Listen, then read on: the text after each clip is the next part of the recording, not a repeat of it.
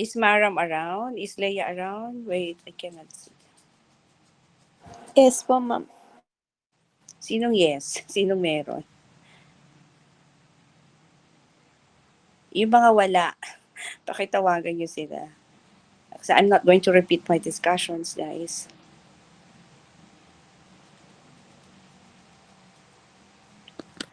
Just check the attendance.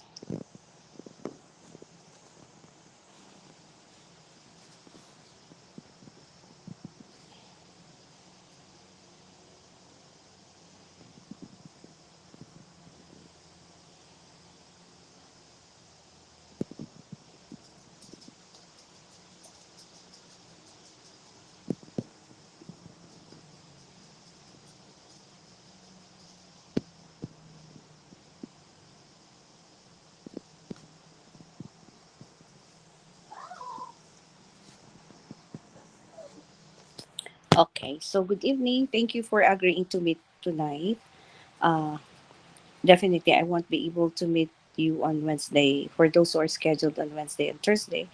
So we might just as well, if you'll be free for an online on the same schedule again, please let us do so. So this evening, we're going to take a look at ito na yung guys yung ano, ito na yung main, major content ng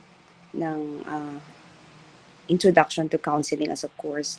The ones that I gave you before are just preliminaries and add-ons, okay? So what you will learn in the next meeting would be techniques and strategies, how to conduct a counseling session. So I'd like to clarify that I'm not teaching you the different counseling techniques and strategies, but only the basic ones that are actually needed in conducting a counseling session. Okay? So if you look at can you go back to the first slide, Je? Okay. So if you look at the image here, no, counseling, it says there's a word that says solve. There's also a word that says love, and there's a word that says discuss. So these are all encompassed in the process of counseling. So in counseling, okay, we discuss. So what is the discussion all about? It's doing. We're discussing the concerns and the issues of counselees. Okay, so the discussion takes the form of communication. So we have the counseling relationship, which we actually call as helping relationship, and of course we would like to establish a kind of relationship, that the love that's formed between the counselor and the counseling, in the form of empathic listening. And we hope that in the end it's going to solve, or it's going to address, not necessarily solve, but it can relevantly and appropriately address the concern or the issue or even the problem of the counseling. Okay, next slide, please. So in here we have what we call counseling.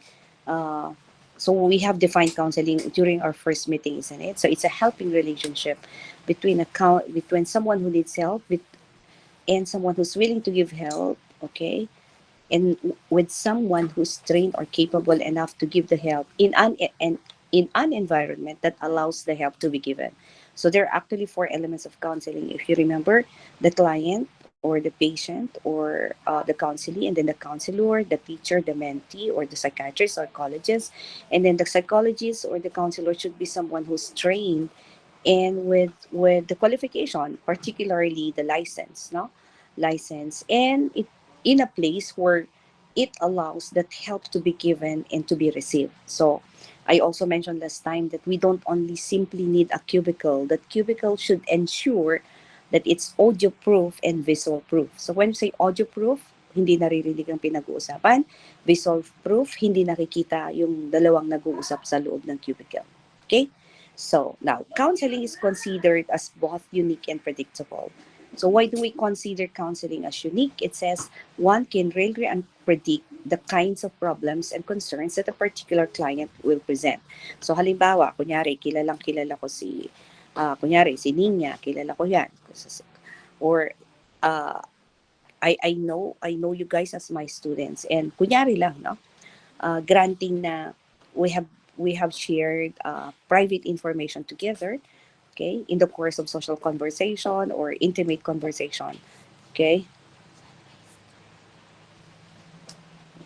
Pangalawa, uh, and then suddenly you message me Or you come to me, kunyari nasa guidance ako, na what happened?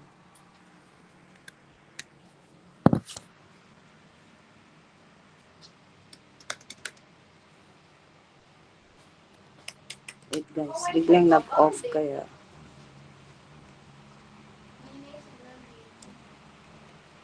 Ba, bakit biglang natanggal? Nilito. And then suddenly, for example, you message me, it's like, I'd like to come for counseling. Diba? Eh, since, kunyari, alam ko na yung sinabi ni, ni Trixie, or alam ko, may nasabi sa akin si Nina. Okay? Or may nasabi sa akin si Aliyah in the course of social conversation, nasa classroom lang. Okay? So parang maiisip ko ba na, ay naku, alam ko na kung anong problema dito. Siguro yung nasabi sa akin. Minsan hindi gano'n na magugulat ka na lang. Magugulat ka na lang na ang layo pala dun sa mga na-share, kakaiba pala. So it's very unlikely. Yeah, so that makes it a unique one. Kasi kung minsan kahit lahat kayo may pinagdadaanan. For example, you are having tough times dealing with us, your professor, or you're having difficulty with your age OJT, or even how to organize your groupings, how to divide the work in your final thesis.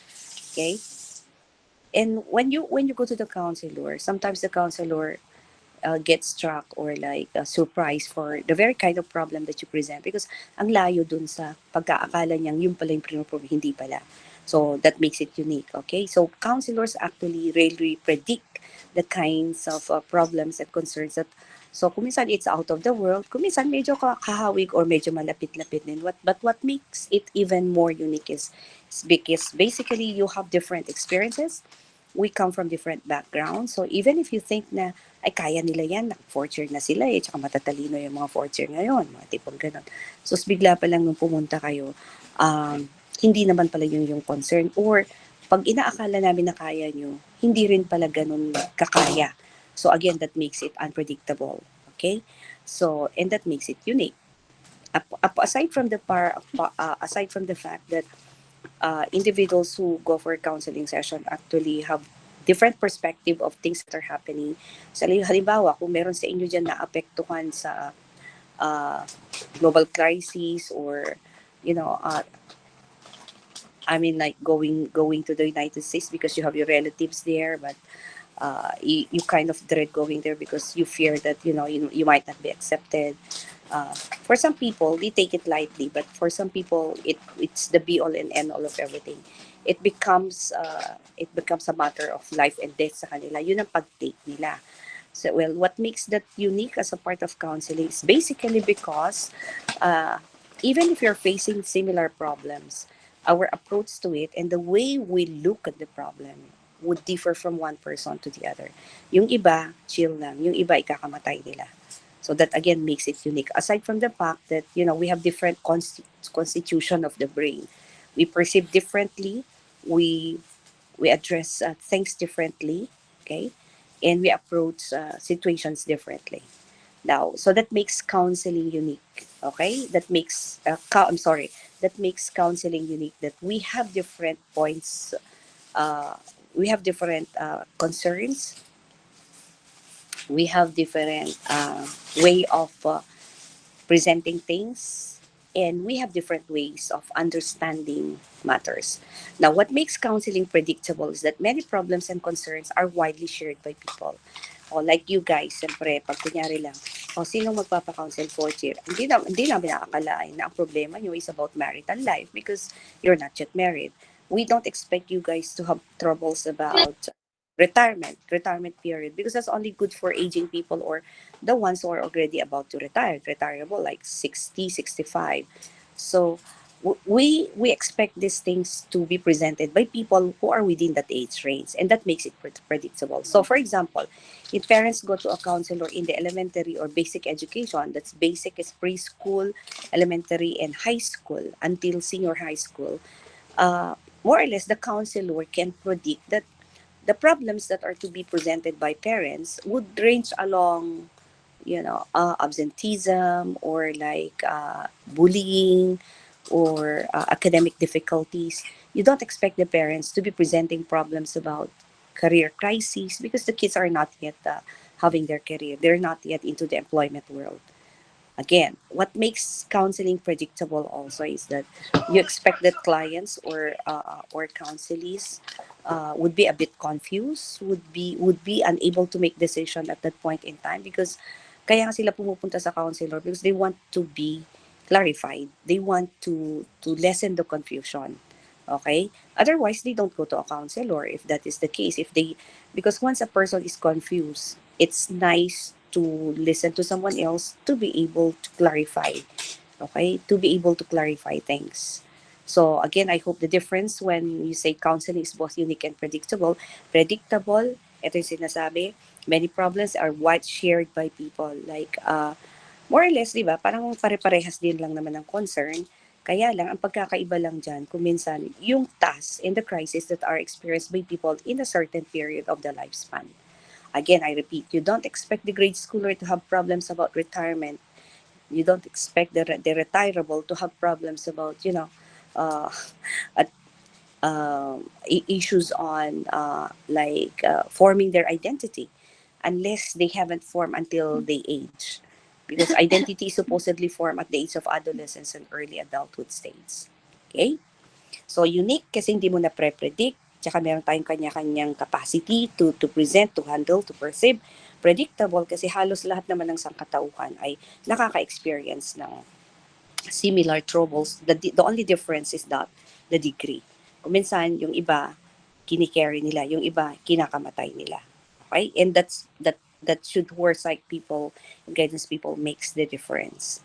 Even if sometimes it's unbearable, by virtue of our profession or degree, we're supposed to have been empowered to be able to deal things more easily and comfortably as compared to the rest who haven't studied, for example, the dynamics of human behavior.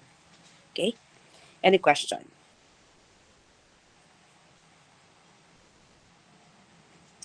Please feel free to raise your hands or to I'm sorry to to to unmute your mic, guys, if you have questions. Now let's move to the next.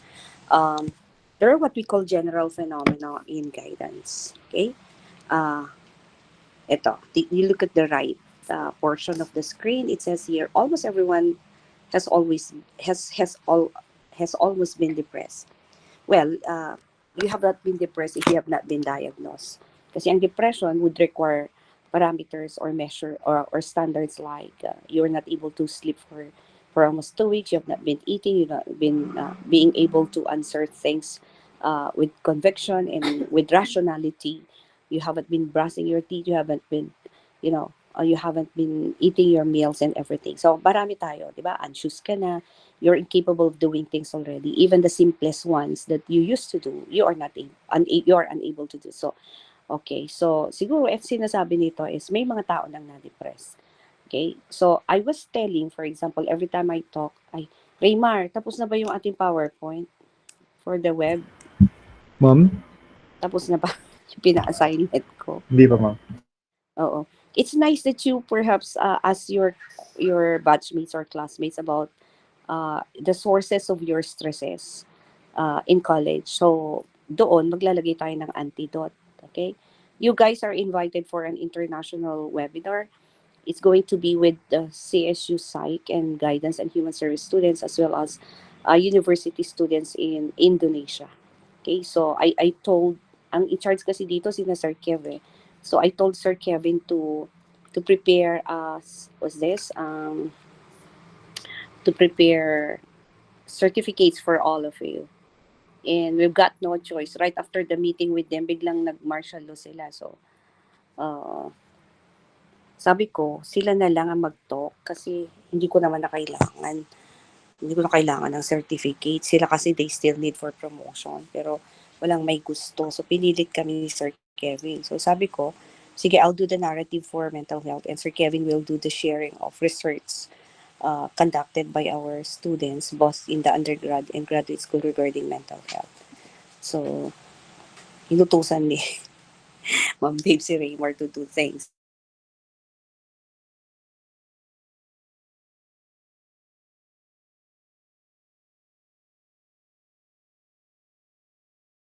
international depressed. You might have known some people who have been depressed. And careful with the use of the word depression, ha? Kasi it's very contagious. Halimbawa, sasabihin ng uh, sasabihin ng classmates nyo dyan na may pinagdadaanan. So, kunyari, sasabihin ni Angelo, uy, depressed ako. Narinig ni Bianca. Sasabihin naman ni Bianca, la, ako rin. Narinig ni Caroline. La, ganyan din ako. O, tapos narinig ni Charmy, narinig ni Cherry, ni Christian. Parang, wow, lahat kayo depressed na. Careful because it's very contagious and it might likely happen. So you can just simply say, you be very specific with your emotions. You can say, I'm not feeling well today. Or sometimes you'd say like, I'm not in the mood. Oh, it's so sad. I'm so sad. So I'm so worried. So that's more specific, okay? So, sinasabi din dito, almost everyone has always been defeated. Sino pa sa inyo dito ang hindi natalo ni minsan lang? Ni minsan, di ba? Parang laging kayo ang winner. Like if you, when you were in grade school, like you joined a contest and you have always been first champion, then the following year, nag-second or third, like how did you feel, di ba? Parang, or kung minsan lahat ng gusto mo nakukuha mo, but the first time na hindi mo nakuha, how did you behave, di ba? So, that is the measure of maturity of individuals. Kaya kasi sinasabi ko, for example, may mga schools kasi na hindi nagbibigay ng honor roll or ina-awardan ang mga achievers sa estudyante nila or pupils nila. There was one school before in Tuguegarao, a private school, na ayaw niyang magbigay ng mga awards kasi na-figure out namin na ayaw magbigay ng awards kasi mayayaman tsaka may sinasabi yung mga estudyante doon. They come from filthy families and may connection ng mga parents. Eh kapag hindi nag-first yung anak, baka daw ililipat. So natakot sila na mawawala ng enrollees. Pero I talked to the head of the school and I said like, according to human development, elementary school age is the achievement age. There is this what you call achievement drive. If pupils are not recognized in terms of their achievements, they want strive farther. Kasi hindi nila alam yung kaya nilang gawin eh. Eh, paano kapag lilipat nila yung anak nila, mawawalan kami? Well, that's the test of maturity. That's the test of, alam yung sinasabi nating sportsmanship, guys. Hindi yung nakikipag-kamayan ka na kahit talo ko, hindi. Ang sportsmanship is you're being able to process the defeat. So, kunyari, ikaw ang laging nangunguna, bigla kang naging second ngayon. That should be taught to people. That should be taught to young children. They should be made to understand, okay, that there could be other people better than them. So that when they grow older, guys, it's just going to be like easy na, ganyan lang talaga ang buhay. Hindi natin maiwasan. Mas marami talagang matatalino rin. Meron ding matatalino. You don't have the monopoly of everything. It's only then that you have succeeded training your child in terms of sportsmanship if they're able to accept defeat and process the feelings of being defeated. Diba? So kung meron kayong gusto, hindi nyo nakuha, maglulupasay kayo agad, magtatantrums kayo agad. But it's only when you're able to deal with that, na accept that there are inevitables. There are things that are actually not under our control, okay, that makes you more successful in trying to train the child. Okay? So whether it's in contest or in relationship or in a battle, in any battle like, was this debate or like argument with teachers or with parents, and we felt, I'm sure that in one way or the other we have been defeated, okay, ideas, for example, like you had political preferences during election at natalo siya, that was a defeat, di ba? Hindi ikaw ang nanalo sa election, that was a defeat. Hindi ikaw ang pinili, yun ay defeat, di ba? So ang dami. Okay, and at one point we have also been we have also been indecisive. It was hard for us to decide, lalo na kapag yung choices natin ay win-win. Okay, so if A provides you the opportunity to grow and B likewise provides you the opportunity to shine, okay, sometimes we're caught in a dilemma and that made us indecisive. Okay, but whether the decision leads you to a failure or to a wrong one, what is important is you have decided to make a choice. Ang pinaka-worst na sinasabi is yung hindi nagde-decide at all. Yung parang sinasabi mo, kese, resera, bahala na. Because when you make use of your ability to decide, you're a critical thinker because you're trying to weigh situations. And there's no such thing as what you call informed decision. So when we say informed decision, it's one's ability to make a decision based on the information that you have gathered. Okay? Meron na?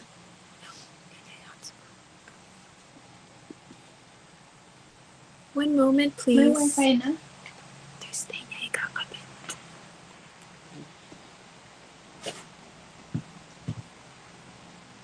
May wifi na? Thursday. Pakivalo up mo, Pia. No, that is my phone. Is it okay? Hindi. Can I go? Almost. Can I proceed? Almost na.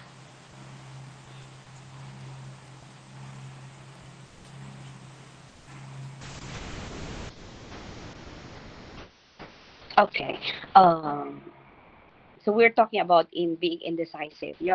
One's inability to make decision when the situation would call for it. In literature have always mentioned that people who are remain indecisive are not growing because they always like to stay at the middle, neutral.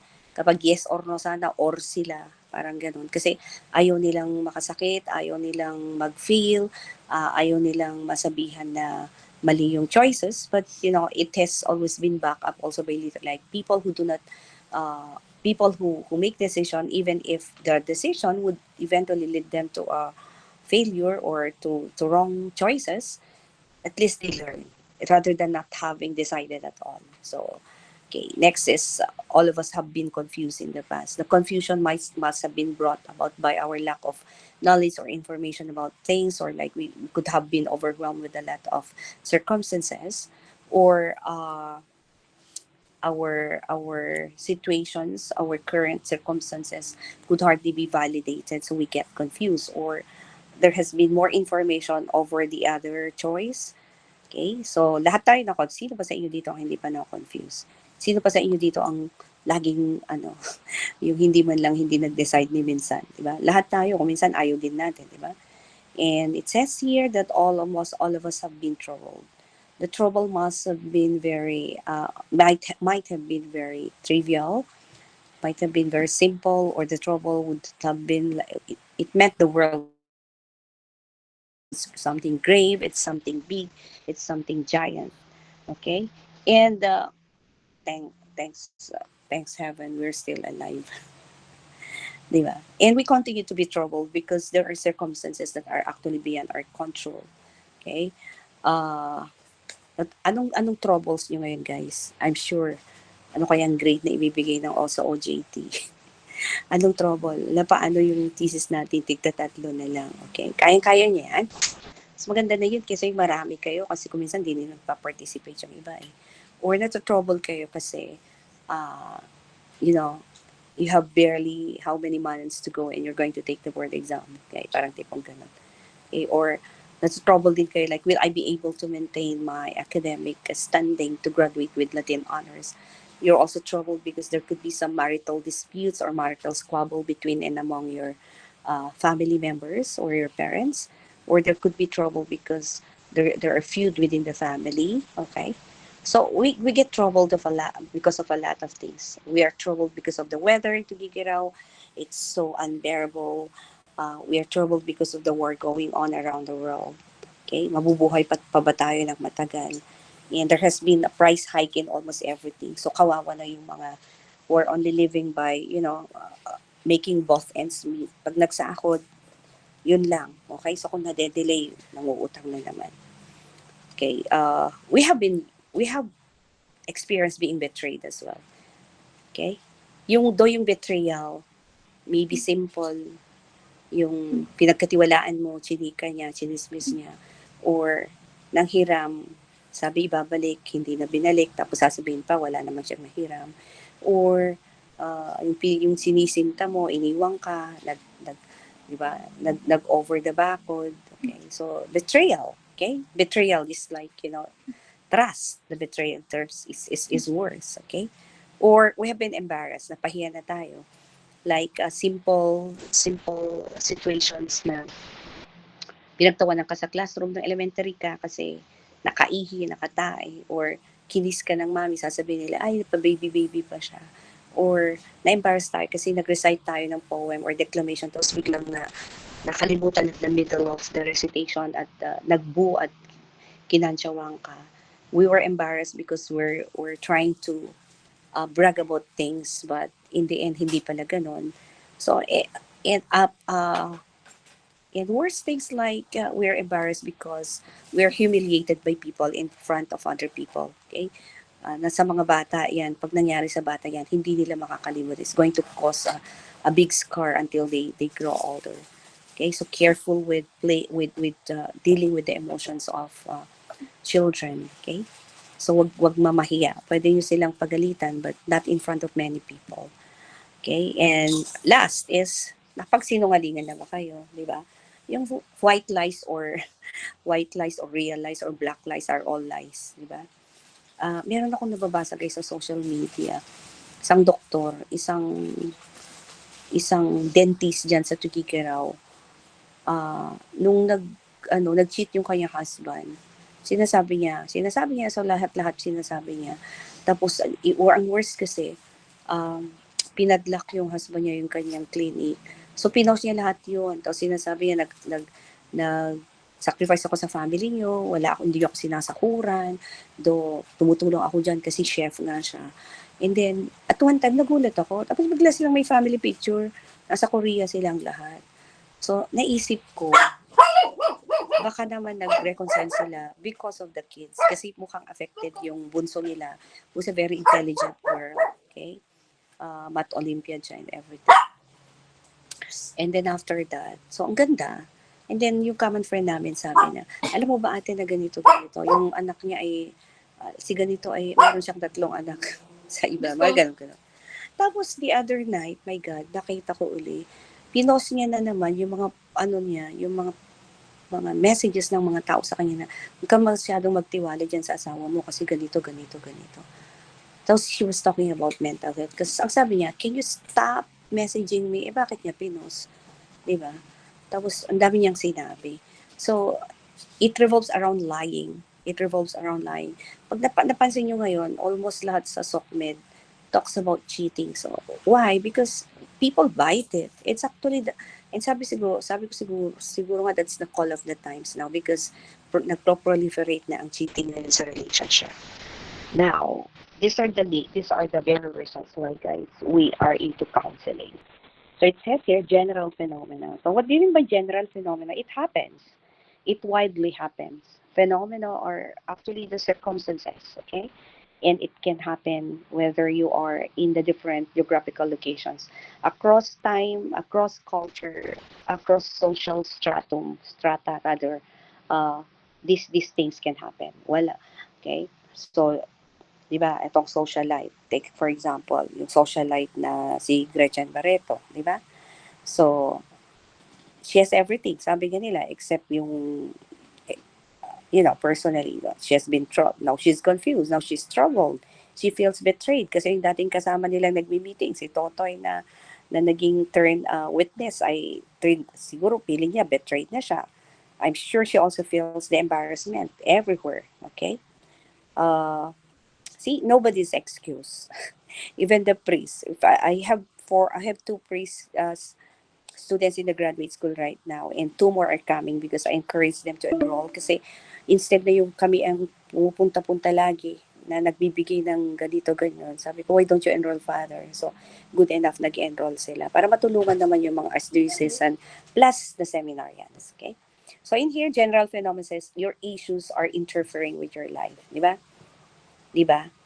Sino sa atin dito ang may issue na okay ka lang, na walang problema, na chill ka lang? Hindi.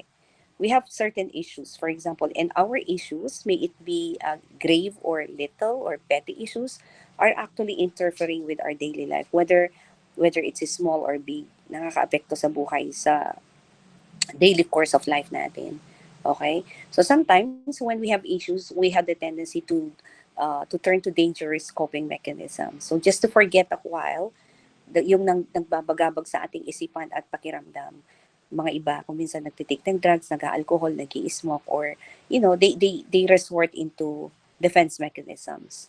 Well, di ba ang discussion natin guys sa defense mechanism, okay lang kung paminsan-minsan because it while we are experiencing the defense mechanism, we are gaining strength to be able to get back more strong to the real problem.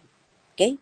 So yun ang discussion sa defense mechanisms na as long as it's done for its purpose, okay? For its real purpose, like re-route lang yan, nagde-detour, nagre-route para nagde-deny ka. Pero in the end, i-accept mo rin. Bakit ka nag-deny? Kasi madali bang i-accept ka agad ang mga betrayal, ang mga embarrassment right away?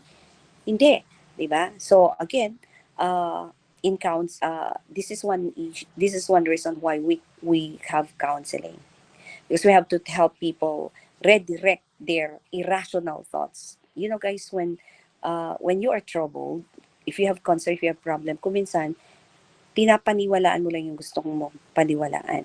So people are there. You will someday help these clients clarify their wrong and irrational beliefs. Because, halimbawa, tinitidor ka ng isang kaibigan mo.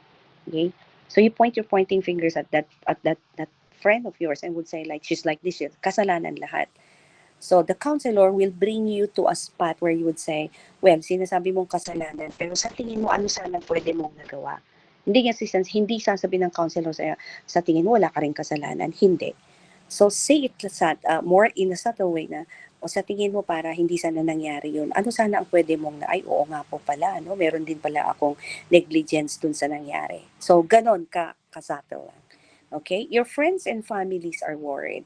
So if people are in trouble, of course, you're not only the one who is actually exhausted, you're not the only one who is troubled, but even the family members. So ito yung tandaan nyo ha, lalo na kapag may work kayo, um, never bring your issues to the work. You will be hated with people. Okay, guys, kayo nag-OJT na kayo, di ba? Nag-OJT na kayo. So napapansin nyo na may mga tao dun sa office ninyo or sa pinag-OJT-an nyo na bringing their personal issues there and it affects other people. That's unfair. Kaya lang, hindi lahat naman ng tao marunong mag-detach. So perhaps that makes the difference between you and other profession. Mag-cleansing kayo na sinasabi. Okay? So, and you've exhausted your other options. So, sometimes, kapag we have concerns or troubles, kasi ang nangyayari is we exhaust all possible human means. Yung tayo muna, nagre-remedyo tayo. Until finally, hindi mo na kaya. So, ang advice ko is the moment na meron ng trouble na sa tingin hindi nyo kaya, takbo ka agad sa counselor. So, ito yung i-promote nyo sa mga estudyante nyo later on. Okay? So, you will say that, I may not have all the answers to your problems, but I'd like you to know that someone is willing to listen. Kung minsan emphatic listening lang naman, hindi ka naman nanghihingi ng solusyon kasi matindi nga, hindi rin niya kaya. So, yung the mere fact na meron lang what we call emphatic listening. When was that? Last Friday, I was invited by a private school and they presented to me 3 cases. Okay? So, ano yung unang case? Guys, alam niyo ba na may nagpakamatay na estudyante sa CSU na lalaki? Alam niyo ang rason? Did you come to know that? Last week? Alam niyo kung rason? Brinig siya ng girlfriend niya. Oh. Hindi yung nagpa-counsel, biglang nalaman na lang. Okay? Diyan sa... Nakagulat ka naman sa discussion mo. Hindi, naalala ko lang kasi yun nga, sinasabi natin. Pero alam niyo, one spiritual reflection that I had over the pandemic is, di ba kung minsan, if you are in trouble, you have concern, we usually exhaust all possible human means first. Sige, gumagawa ka, ang dami mong kayang gawin kasi marunong ka nga, ganun. Nung nag-pandemic, alam mo yung parang, wala naman pala tayong magagawa, no? Tumakbo ka na sa Diyos. Yun ka agad. Okay? You run to your God, no matter how you call your God is. You may call him Jesus, Abba, Muhammad, Allah, okay? Jehovah. Tumakbo ka na kaagad. Okay? And you see that things can be deal more comfortably and easily. I'm not saying that nasosolve ka agad, pero nabibigyan ka kasi because you have the faith. Because if you have the faith, you have the sense of hope. Kasi kung wala kang pananampalataya, wala kang paniniwala, nahihirapan ka magkaroon ng hope. So usually guys, the cases of those who are committing suicide, they look at the situation as something that is hopeless, 'di ba? Parang wala nang magawang remedyo, wala nang solusyon. And if they say, for example, that they're gonna commit suicide, they don't consummate the act right away. But if there are no interventions made, after 2 weeks, you see the person died. So that is very important. So do not take that for granted because not all people play with the word suicide. Okay, so they consummate it if people are not willing enough to listen or to approach them. Okay. So, the amount of moralizing could change their mind. Hindi mo sasabihin dahil hindi ka pupunta sa langit, pupunta ka sa impyerno, kasi you took back your life. Walang ganun. Okay? So, what they need is that the assurance that, it's not the be-all and end-all of everything, that it's not the end of the world, that people are still understanding, not discriminating, not judging you as a person. Okay. Next, please. So, these are actually the general phenomena where we base from. Hinig siya ng girlfriend niya. Kanya siya nagpakamit. Sa ba, siguro boarding house. Mental. Okay. So, sino sa inyo dito ang very expressive? Okay?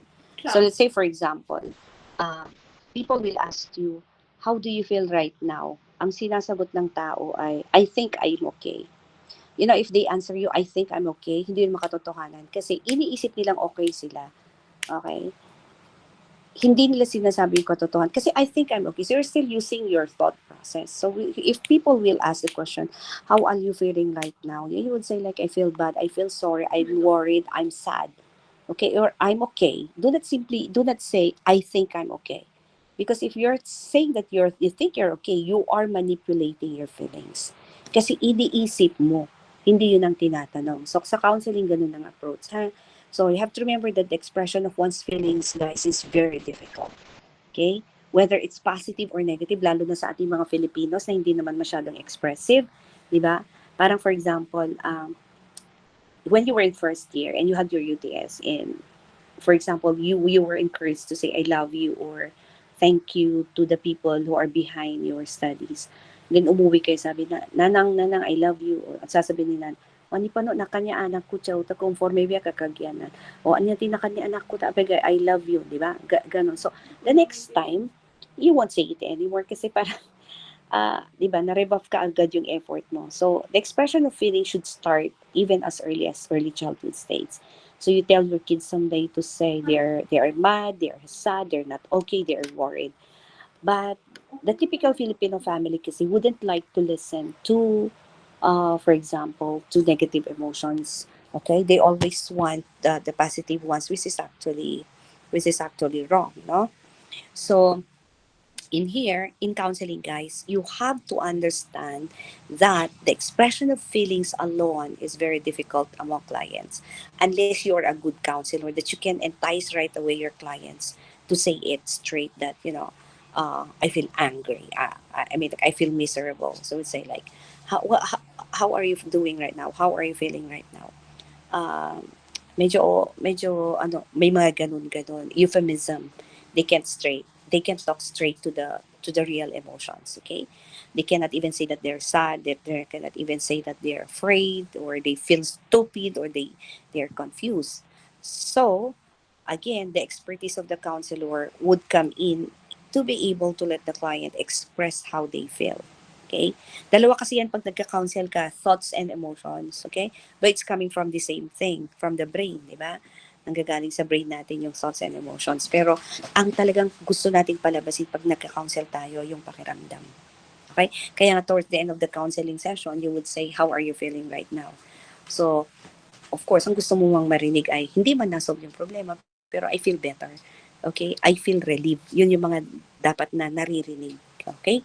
So, there are specific things the counselor can do to make it easier for the client to express such feelings. And then the counselor will find that many of the strategies will cause him to the role of a good listener. Ito yung sinasabi natin. Sa dami ng counseling techniques and strategies, guys, sa dami ng approaches, parang kung minsan or kadalasan, ang role mo lang as a counselor is listener. And that's enough. Okay? Especially among beginning counselors like you very soon. Okay. Okay, so we now move on to the reduction of inappropriate behavior. Okay. Tanong ba? In counseling, we have characteristics that are actually common to all processes of human interaction. So, ano yung mga common processes, di ba? Social interaction, yung parang tayo lang, wala tayo sa counseling session. Ano yun? Nag-uusap tayo, nagkukumustahan tayo, may exchange of ideas tayo. Ganon din sa counseling, di ba? Nag-uusap, naghaharapan, okay, ano pa, may tanong, may Q&A, may pakikinig. Ganon din sa social interactions, di ba? So we have characteristics common to all processes of human interaction. Then, however, counseling retains unique characteristic of its own. May mga specific na nangyayari sa counseling na wala sa social interaction. Let's say, for example, well, we would always say that we want to maintain the seal of confidence, to preserve the seal of confidentiality. Even in social human interactions naman or process, meron yun. Pero talagang dito sa counseling is talagang preserve yan. Unless there is an imminent danger that entices the life of parties in counseling sessions. Okay? Certain kinds of social behavior displayed in daily life aren't appropriate for the counseling setting.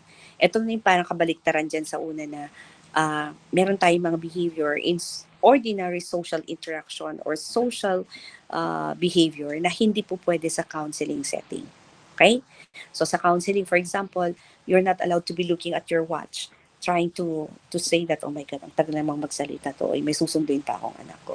Hindi ka pwedeng tumingin-tingin. Kung social conversations lang po, pwede yan.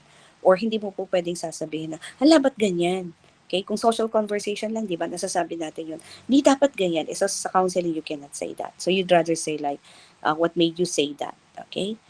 Outside the counseling, we can always ask the question, why? Bakit? Di ba? Sa counseling cannot be because it's understood that things happen that are beyond their control. Okay. So now we have behaviors that are not synonymous with effective counseling, according to Patterson. So these are the traits, okay, or characteristics, or shall we say, measures that are actually unacceptable in counseling, according to the author Patterson. Counseling is not the giving of information, though information may be present. So you don't supply the client with a lot of narratives kasi mapapagod yan. Kasi yun nga, beclouded ang consciousness niya, hindi siya nakakapag-decide ng maayos. So, ang nangyayari dito is, huwag kang mag-lecture, huwag kang parang teacher na sinasite mo lahat ng Bible verses, sinasite mo lahat yung mga quotations na na-memorize mo. Hindi ganun. Okay? Tsaka, ano naman yung information that are present? It's just like getting to know the client's basic information.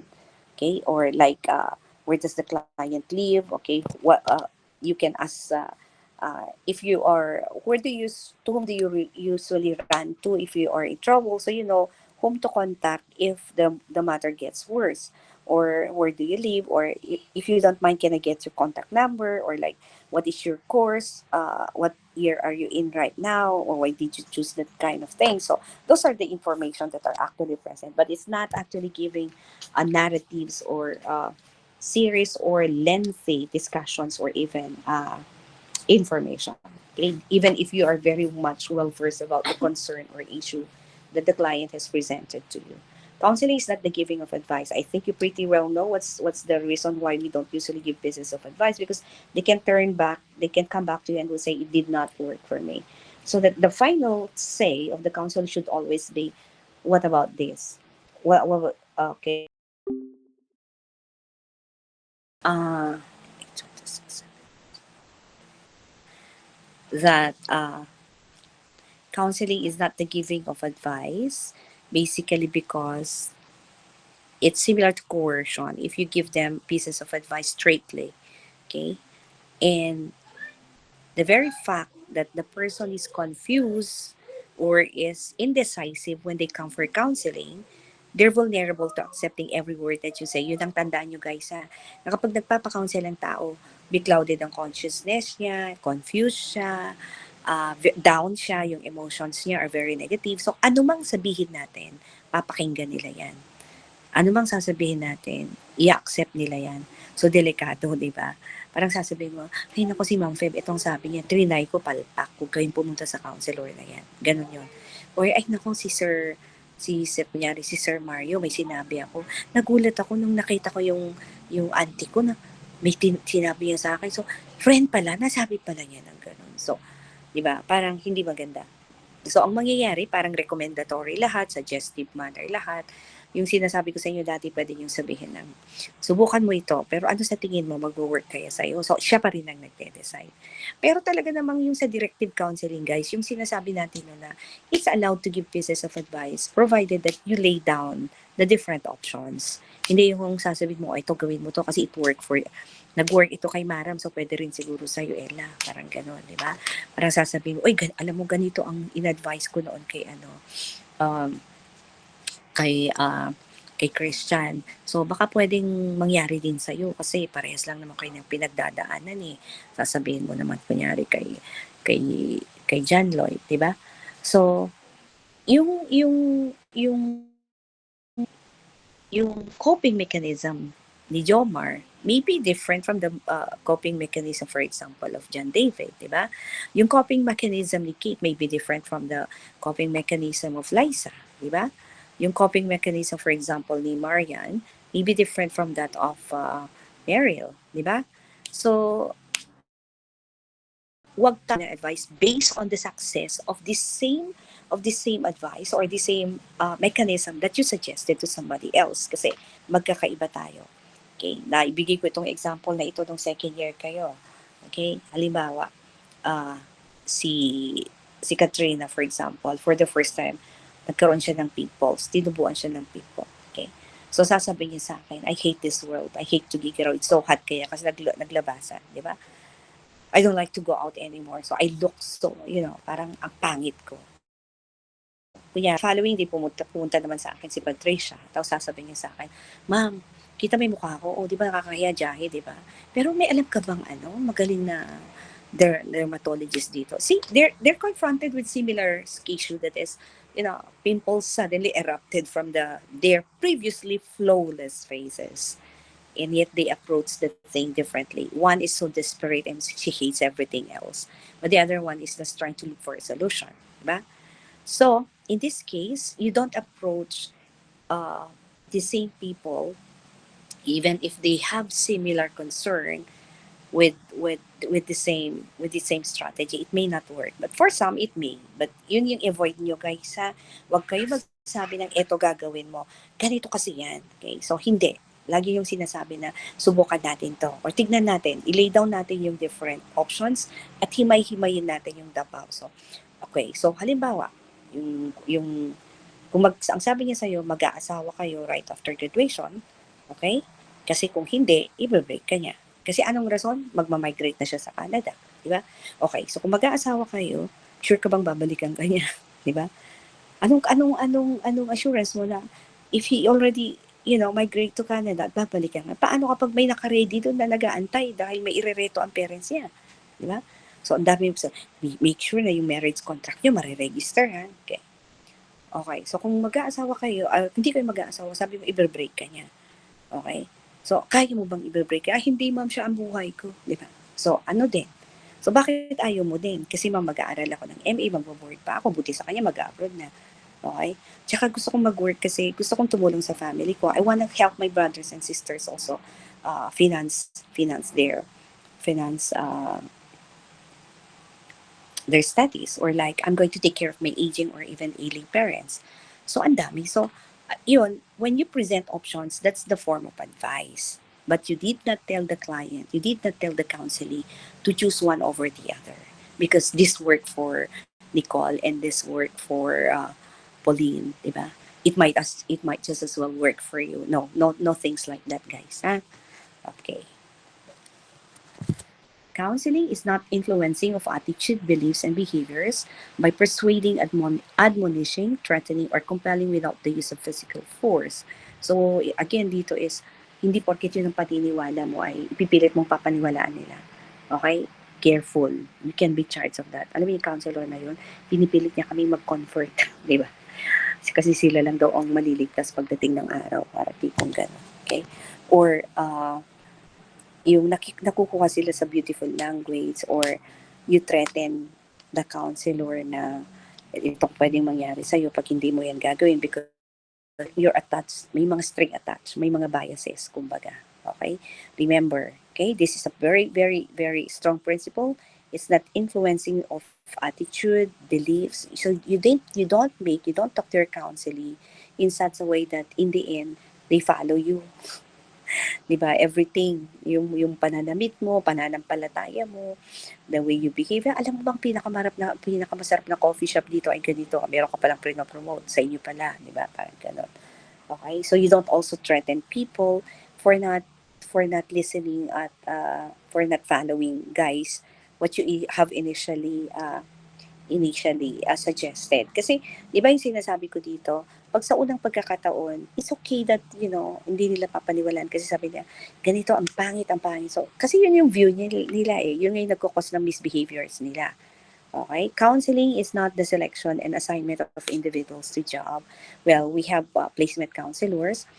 Though, pwede rin kapag ang kanilang issue ay job opportunities. Pero ang counseling kasi it's more of emotional, social, relational problem.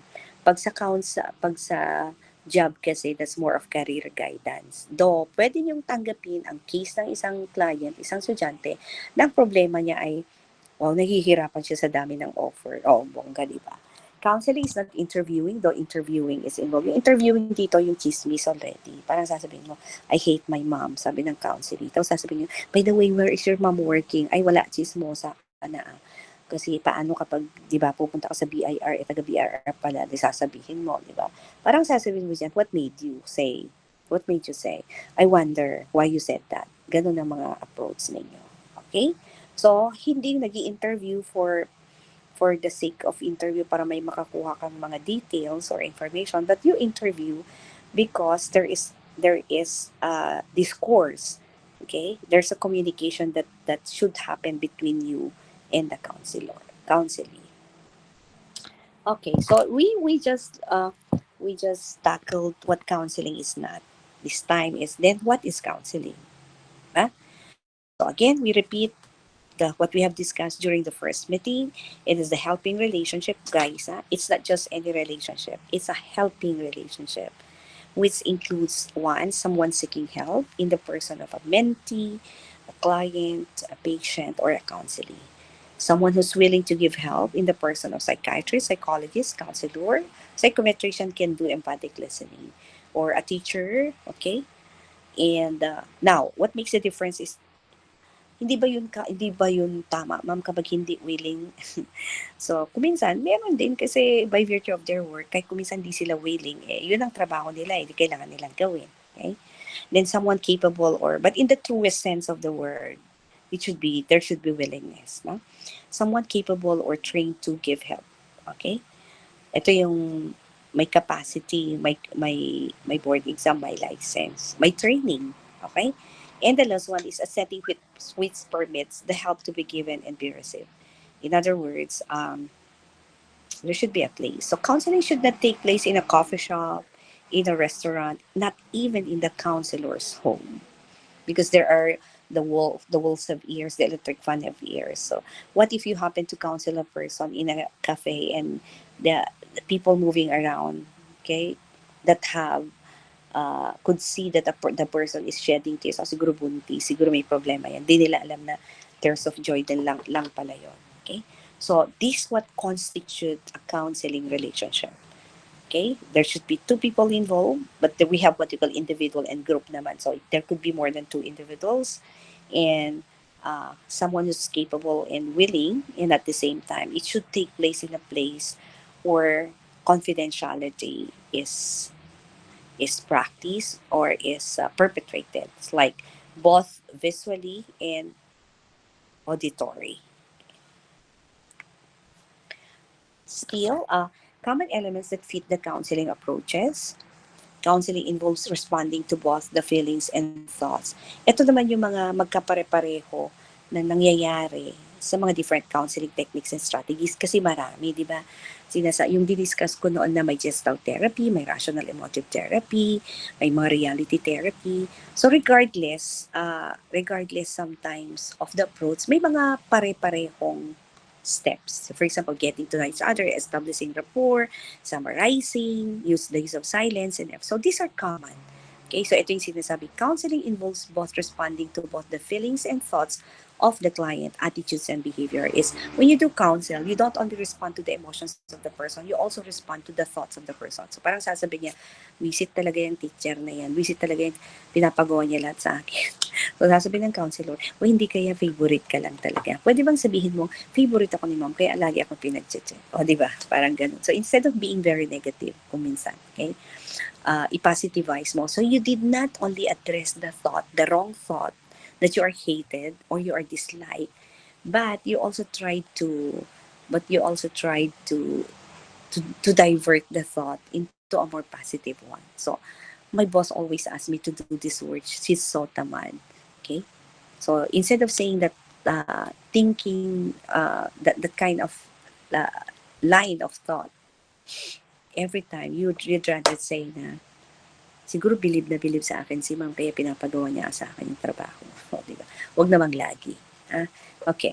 Existing theoretical approaches differ with respect to emphasis and order of response. So lahat ng counseling techniques and strategies, guys, ina-address ito ha, feelings and thoughts. Okay? The attitude and behavior. Walang counseling technique na thoughts lang, na emotions lang, hindi. Both are actually, should be addressed. Next, existing theoretical approaches differ with respect to emphasis and order of responsiveness to feelings and behaviors. Of course, the different theories have different focus. So, for example, si Freud, psychoanalytic approach, um, still, okay, uh, common with other theories, but he has his own unique way of doing things. So, yung sa kanya dream analysis, di ba? So, pinapakwento niya yung dream ng isang client at doon siya nag-a-analyze kung saan nanggagaling yung disorder. Di ba? So, yung mga unconscious motivation, parang feeling niya lahat daw ng ginagawa natin because out of the impulses that we have because of unmet needs and unfulfilled wishes. Yun yung kanya. Ano naman ang emphasis ng kay Viktor Frankl, for example, siya is human existential. So, it's deriving meaning in life. That life becomes more meaningful uh, uh, that life becomes more meaningful if we find meaning in everything that we do. Okay? So sino ba yung nagsabing an unexamined life is not worth living? Socrates ba? Yeah, it's Socrates, di ba? So parang ganon. So may bawat philosopher, bawat theories, bawat scientists, because they are also considered scientists, no? Have their own focus or focal points or focus of attention, including their way of responding to feelings and behavior of clients. Client-centered existential favor the emphasis of self. For example, now uh, client-centered therapy, existential therapy, actually favor the emphasis of feelings. Guys, kailan yung dapat gamitin ang client-centered or existential therapy? Okay, existential therapy. If clients are overly emotional. Okay, so anong pakiramdam mo? Okay, ano sa tingin mo? Ganon. So, it's deriving meaning and trying to empower the client that they are able to solve their own problems. Kaya nga nagsisenter sa kanila, ano ang pwede mong gawin? Kaya nga client-centered. Okay? Rational emotive therapy, on the other hand, reality therapy, behavioral therapy, emphasize the importance of behaviors and actions. So, how does it differ with client-centered? Dito kasi sa rational emotive, yung thoughts nila, hindi makabuluhan. Yung parang feeling mo, ang bobo mo, dumbbell kasi ako, wala akong kabuluhan, nuisance, ano pa yung sinasabi niyo, kung pasaway ako, black sheep ako, rational. Kaya ako nagbe-behave na ganito. So, yung rational emotive therapy, understand niya, what's this? Ipapaintindi niya dun sa client na hindi mo sasabihin, ano ka ba? Ba't ganyan ang iniisip mo? Di ba? Hindi ganon. So parang, sa lahat ba ng pagkakataon ay sa tingin mo wala kang silbi? Ay hindi marunong akong magluto. So ba't mo sinabing ganito ka? Na useless ka, di ba? So parang sasabihin mo, shy kasi ako lalo na kapag hindi ko kilala ang mga tao. But just hindi mo rin ako kilala pero nagsasalita ka. Checkmate. Okay? So, parang sasabihin mo, wala na akong karapatang sumaya. Di ba? Wala na akong kaparapan kasi parang kakambal ko ang malas. Some people would say that. Some client would say that. Kakambal ko talaga ang malas. Walang kabuluhan kaya ako nagpaparaya. Kaya ako ganito na lang. Di ba? So you say, how do you approach people who are like that? So tirahin nyo sila intellectually. Okay? Ito yung mga tao kasi kung minsan na nag-overthink, nag intellectualize. Parang instead of saying, yeah, I'm not really happy, they'll say, I think I'm okay. Okay? So, ganon. And then eclectic model, I think we have discussed this, is a combination between directive and non-directive, or all other pinaghalo-halo. Kasi when the situation calls for it, so again, ito yung cue nyo ha. Kung yung isang tao masyadong emotional, you make use of client-centered existential. Kung yung tao nag-i-intellectualize, parang I think, obvious na nga hindi siya masaya, sasabihin pa niya masaya sa mag-rational emotive reality therapy or behavioral therapy kayo. Okay? Depende yan. It can shift kasi you can shift from one technique to the other, pero dapat may dominant para may focus ka. Kasi hindi naman pwedeng ginamit mo lahat yung techniques. When else can you terminate the case? So, eclectic model acknowledges the significance of being able to identify and respond appropriately to both feeling states and behaviors. Okay. Kung minsan, di ba sabi kasi natin dyan sa una, all counseling techniques and starts both address attitudes and behavior. Pero kung minsan, kapag nag-i-intellectualize, tirahin mo siya sa thoughts. Pag masyado siyang feeling, tirahin mo siya sa emotions. Pino-point out ko lang yung heart, pero hindi naman talaga yung nag-feel, di ba? Symbolic lang yun. Okay? So, counseling involves a basic acceptance of the client's perceptions and feelings. Ano ba yung una? Bakit namin number 2 tayo? Okay? Ibig sabihin dito, guys, okay, irrespective of outside evaluative standards, visit na buhay ito. Ano mo sinasabing visit ang yaman mo nga? Yun ang outside evaluative standards. Parang, sinasabi mo, ang lamig-lamig, sa labas, ang init. Kung ano man ang perception ng tao, ng client, at the time na pumunta siya sa'yo, paniwalaan mo. Yun ang tinatawag natin. Involves a basic acceptance of the client's perceptions and feelings, irrespective of outside evaluative standards. Hala, nagtataya kayo ng, lahat sila nagtataya ng wedding. Pupunta sila sa impyerno kasi sugal yan. Yun yung paniniwala na at that time. Sige lang, listen lang. Kung sasabihin na, wala amin ang mumtal, nakamanita. Hindi po pwede ng gano'n. Saan mo kinuha yan? Hindi po pwede gano'n. Sige lang, salita lang ng salita at the start. Tapos, kapag medyo tumatagal na, let's go back to your first word. What made you say that? So, doon na yun. Okay? So, tanggapin. Whether yung kanilang perceptions ay out of this world, hindi ka tanggap-tanggap, sige lang. Okay? Kasi ganun talaga yon. So, accept the client where they are at the moment. The counselor may accept where the client present time before dealing with the client where the client could be. Okay? The client needs the counselor's understanding. Yan yung tinatawag nating unconditional positive regard. Okay. So, there's what you call confidentiality and privacy are essential elements in counseling. Guys, alam niyo na ha kung kailan niyo pwedeng i-break ang confidentiality. If there is an imminent danger, may nagbabagang danger na pwedeng mawalang buhay. Okay?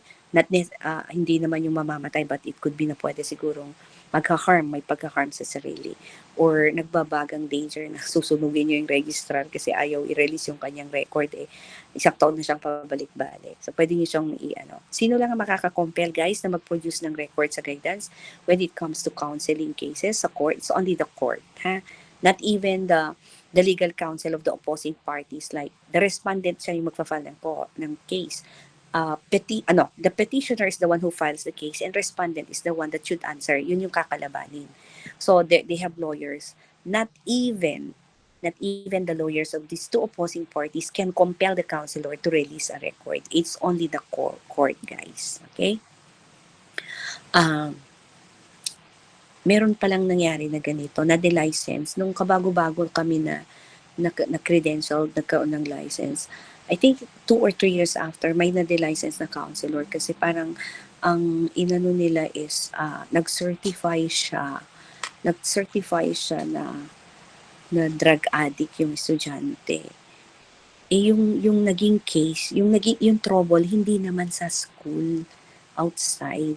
So, kinalaban siya nung family nung drug addict. Pinatanggal siya. So, careful sa mga pinipirmahan, ha? careful tayo sa mga ganun. Tapos, may mga fly-by-night guys na assessment center. Alam nyo, I hope that you're not going to participate in any illegal or substandard practices like this. Okay? May mga psychological clinic na pag may nag-e-exam, may ready template. Ano ibig sabihin? Papalitan lang yung pangalan kasi nagmamadali sila. Tsaka yung mga examinees kasi ayaw nilang mag-test. Okay. So one time, meron akong, we have OJ Fortune. I'm linked with Dr. Catherine Hoson, no? Dr. Catherine was my student in St. Paul, and she also was my mentee when she was in the graduate school in CSU. So, um, so one time, I can drop names, okay? Dr. Jason Lakbain, when he used to be the principal of a certain school, high school in Santo Niño, referred to me 3 teachers. Sabi niya, ma'am, may magpapa-neuro exam. Yung neuro exams kasi kay is para sa mga hiring, lalo na sa DepEd. So, may isang pumunta sa akin. Sabi ko, sir, andito, ma'am, 3 sila yan. So, nag-e-exam na. Okay? Wala pang 30 minutes na nag-e-exam yung client. Okay? Dumating yung 2. Sabi nila, ba't ka nag-exam kami? Hindi kami nag-exam. So sabi niya, alam ma'am, bakit sila ako nag-exam ako. So anong nangyari? Kasi ma'am promotion to, nag-take na kami ng test 3 years ago, pre-need na lang. So I have to call Dr. Jason. Ibabalik ko yung pera nitong teacher na to. I don't mind kasi I don't want to lose my license. Sabi ko, may prototype na pala sila, sabi ko. So sabi ng teacher, doon na lang ako kasi hindi ko nang mag-test ulit. So sige ma'am, pero nag-take pa rin siya. So sabi ko, you can take back your money, which is only like something like 500, very minimal at that time, and go there. Kasi hindi ko wawalain yung integrity ko. May mga ganun, guys. Because I also have friends. I have another friend, for example, she was due for promotion, teacher 3. Okay? Sabi niya, Manang, punta nga ako mag-test sa'yo, pero ano ka, hindi na ako mag-test. Ay, hindi pwede sabi ko. Sige, antayin mo garod ako. Mag-aalas 5 na, inaantay ko, saan ka? Ka na maingay, kinuha ko na lang yung result dati doon sa isang psychological center. At nangyari, pinalitan lang yung date. Guys, the validity of test is 6 months. Alam nyo yan, di ba? So, alam nyo kung bakit ayaw kong gawin. Halimbawa, masisiraan siya ng bait doon sa pinagtatrabahuan niya. Babalikan ako as the psychologist, as the counselor. Bakit dito, ma'am, sinabi mo okay siya? Bakit nasiraan siya ng bait? Bakit? Ang nakakatuwa pag ganito. May mga pumupunta sa akin na they take the test naman. Sabi, ma'am, bakit ang IQ namin dito below average, doon above average? Ako, lahat sila above average. Sabi ko, ma'am, sige, doon kayo pumunta. So you don't compromise your integrity just because of money. Please don't do that. Okay? So, yung mga revelations, realities ng mga psychological testing center.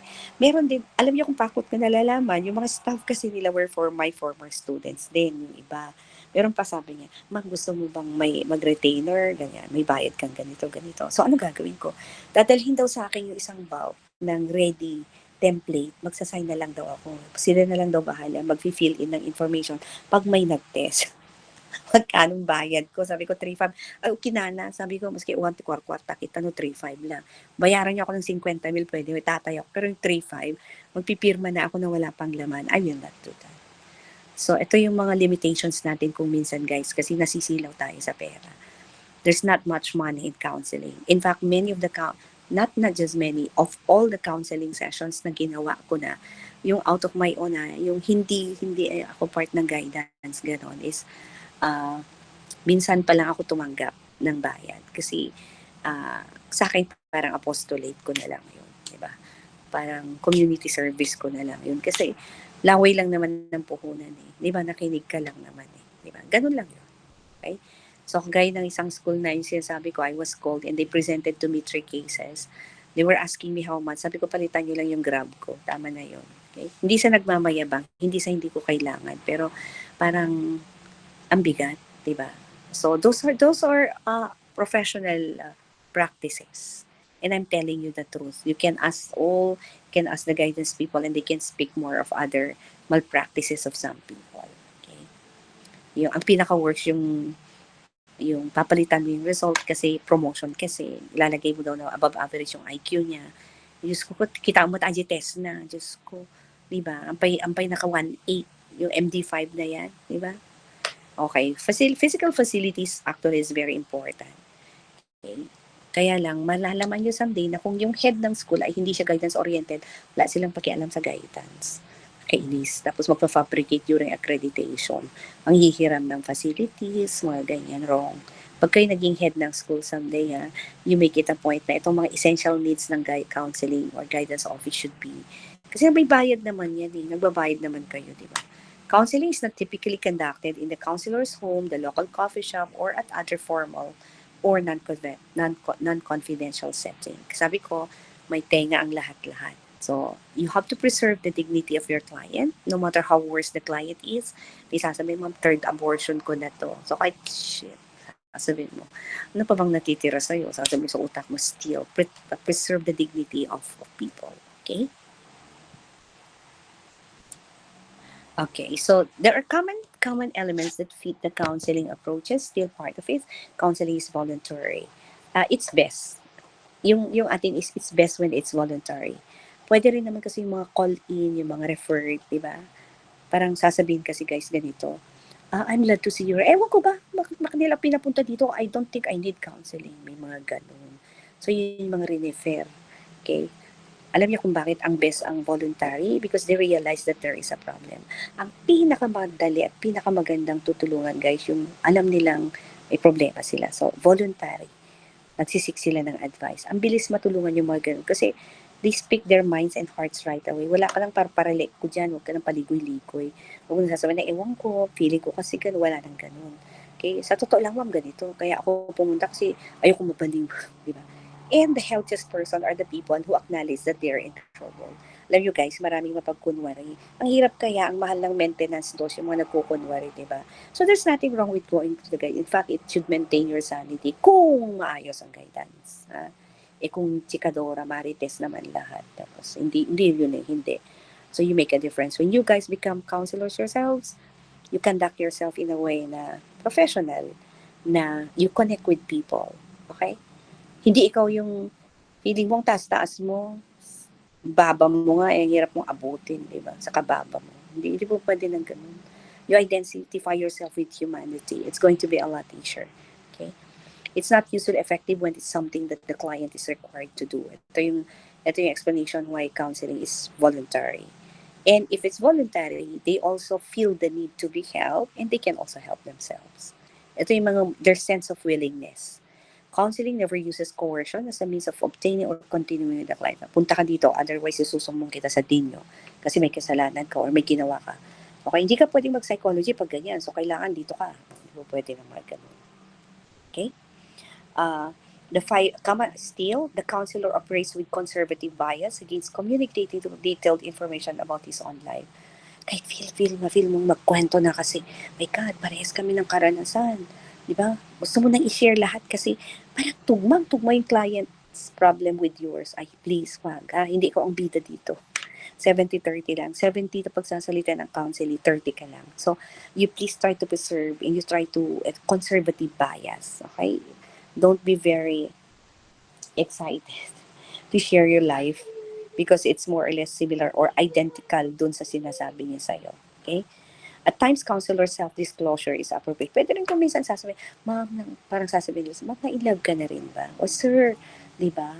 Ikaw ba ay naranasan mo bang iniwan ng jowa mo? Lalaki, kunyari yung counseling mo, di ba? Oh yeah, okay. Can you tell? Unless they ask for it, unless they ask your opinion or insights, then you can. But still, when sharing your opinions and insight, make sure na brief and quickly lang. Hindi yung 45 minutes, 40 minutes ka na. The interview is focused on the personal life and concerns of the clients, not anything else. Okay, that's the only turf that we can enter into. Okay. Still, communication is one skill underlying all counseling systems. So in all systems of counseling, there is this communication. No? That's the exchange of ideas or interview or sharing of the insights and the concerns of the client. Counselors and clients alike continually transmit and receive verbal and nonverbal messages during the interview process. So, in the next meetings, you'll be learning about the nonverbal messages in counseling settings, like fidgeting or facial animations or the pitch of voice, the tone of voice, the rate of speaking. Okay. And counselors' awareness and sensitivity of these kinds of messages present is an important prerequisite for counselor effective. So you cannot only listen to what's being said, communicated to you, articulated to you verbally, but you also have to be very sensitive and to be keen about the uh, nonverbal messages of the, parang sasabihin mo, okay ka lang ba? Tinanong ng counselor kunyari is, are you okay? Oo, sabi ko na nga ba kanina pa, ipaulit-ulit, di ba? May mga ganun. So, the mere fact na natitrigger siya na medyo iba pa yung pagsasagot niya, hindi pa siya okay, di ba? Tapos sasabihin niya kunyari is, how do you feel right now? Sasabihin ng counselor at the end of the counseling session, ang sasabihin mo is, I'm okay ma'am, pero nakayuko ka. That is also an indication na hindi siya really okay. Because you can only be okay if you can already look at from eyeball to eyeball with someone talking with you. So ito yung mga nonverbal communications natin. Okay, so pag halimbawa nakaganyan ka na nagka-counsel, that is an indication na, oh, you're not welcome. Okay, I'm being disturbed. I don't like you here right now. So those are in nonverbal messages that can affect the counselor's effectiveness when doing a counseling. Okay, so I think we can end with this page muna because the next one would be coming from the PowerPoint that has been done by the first group. Okay, that speaks about the types of ongoing communication, the three communication patterns, which are common in ordinary social intercourse but inappropriate in the counseling relationship. So we shall be dealing with that next online class. Ano ba yung klase natin? Sige, mag-decide na tayo. Guys, I won't be in school tomorrow and Wednesday. So I won't be able to meet you face to face. So, anong schedule natin? That supposedly,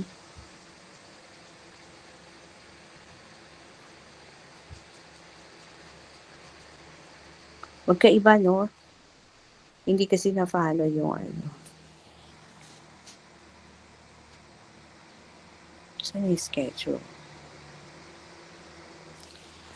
For set, the face-to-face, supposedly for set B will be Wednesday at 7.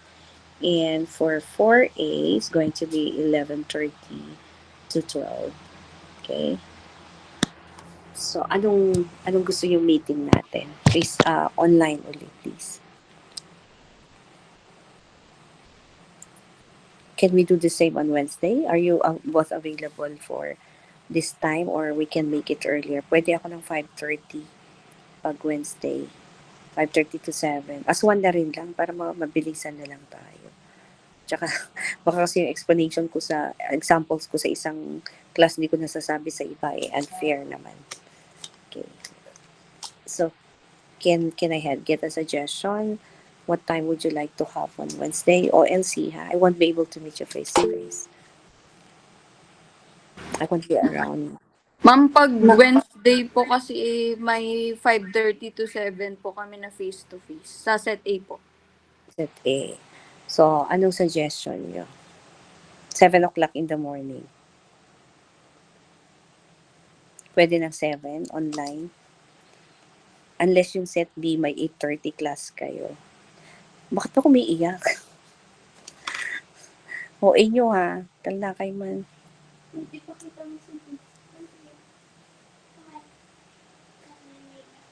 Guys, salita kayo mangit. Ma'am, sa 4B po, wala po. Wala naman pong klase. Wait, 4B pwede kayo ng 7 to 8:30, di ba? Yes po. Morning Kasi- tsaka gabi. Okay. Kasi yung 4B kasi yun yung talagang klase natin pero face-to-face sana. Ngayon, wala ba kayong klase ng after 8:30? Wala. Para hindi kayo magmadali na papasok. Online Wala. class lang po. Okay. Now, set A, may klase ba kayo ng 7? Sasabihin na naman sa akin, hindi kami magigising.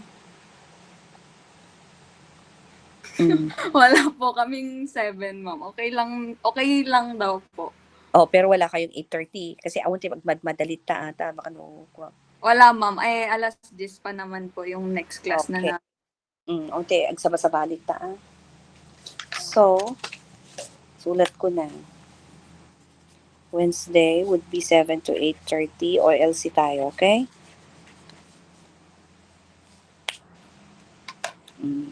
Pa. Okay, guys. Thank you for coming to the class this late. Ma'am, pasalubong daw po sabi ni Ninya, ma'am. May utang pa, may utang pa ako sa inyo. Ano, nag-promise pa ako sa inyo noon ng spring roll. Wala na kasing time gagawa eh. So, one Yes, time. ma'am. Sarap. Uy, nagbigay ako sa inyo last time ng ano. Ay, hindi. Yung klase pala ng iba. Naghati-hati sila ng Krispy Kreme. Ma'am, wala kaming Krispy Kreme. Ma'am, wala May, kaming natanggap, ma'am. meron, may isa, siguro hindi yung section yun na yun. Kasi December ako nagbigay noon. Oy, Liza, meron sa atin yun, yung nagtap yung anak ni ma'am. Oo. Di ba, Ay, ma'am? walang nakaabot sa akin. Ma'am, hindi ako naabutan ng Krispy Kreme. Liza, Baka gaman doble ka. yung- Magpansit na lang tayo. Sige ma'am, kailan po? Ay, hindi. Hindi, magpa-order na lang tayo dun sa kwan. Gusto ko ng lamuds. O sige na, kasi gabi na guys. Okay? Thank you. Bye, ma'am. Thank you, ma'am. Bye-bye, ma'am.